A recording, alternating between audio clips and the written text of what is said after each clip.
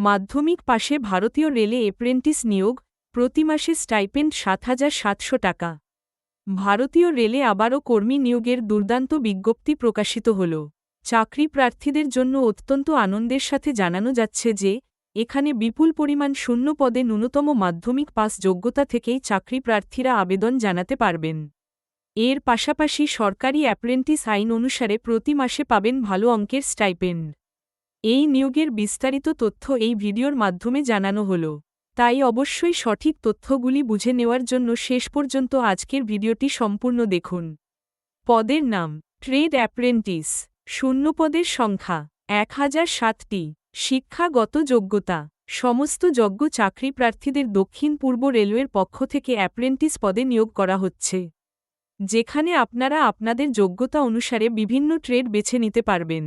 এক্ষেত্রে ন্যূনতম মাধ্যমিক পাস যোগ্যতাতেই আবেদন জানাতে পারছেন চাকরি প্রার্থীরা।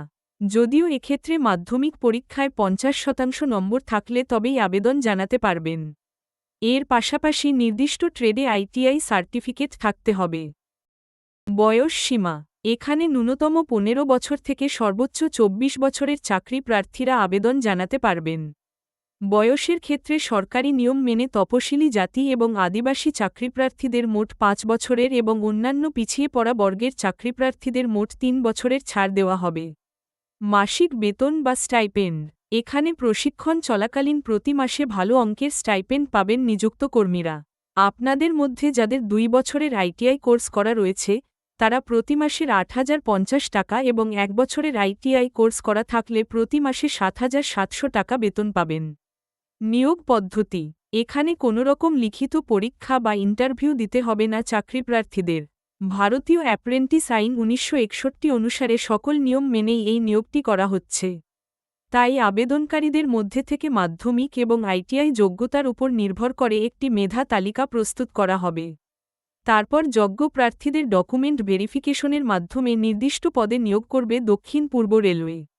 আবেদন পদ্ধতি সরকারি অ্যাপ্রেন্টিস আইন মেনে আপনাদের অনলাইন মাধ্যমেই আবেদন জানাতে হবে।